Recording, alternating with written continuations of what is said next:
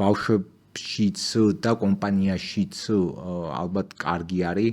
კარგია კი არა და მნიშვნელოვანი არის ეგრეთ წოდებული როლ მოდელობა, მისაბაძ როლული მოდელობა. როლური მოდელობა. მაგალითის მიცემა. ხო, მაგალითის მიცემა. აი ეგ არის ჩემი აზრით ყველაზე კარგი რაღაცა. უბრალოდ ხშირად ეს მაგალითი არ არის ხოლმე აღქმული. ყოველ შემთხვევაში შენ გონია რომ მიეცი მაგალითი და მე ხედავ რომ ეს მაგალითი ვერ იქნა აღქმული, გაგებული რა.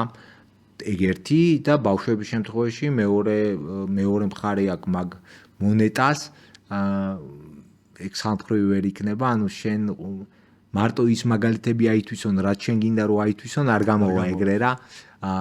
პაპიროსაც მოწევენ თუ ეწევი, ყველა ვარიანტში. მე სიმართლე გითხრა მგონია რომ ნებისმიერ ვარიანტში შენ ეწევი თუ არ მოწევი, მაინც მოწევენ დიდი ალბათობით. მაგაზე ვასორევიშვილის სტატისტიკა მახსენდება 70% სახლი არის და დანარჩენი კი, აბსოლუტურად.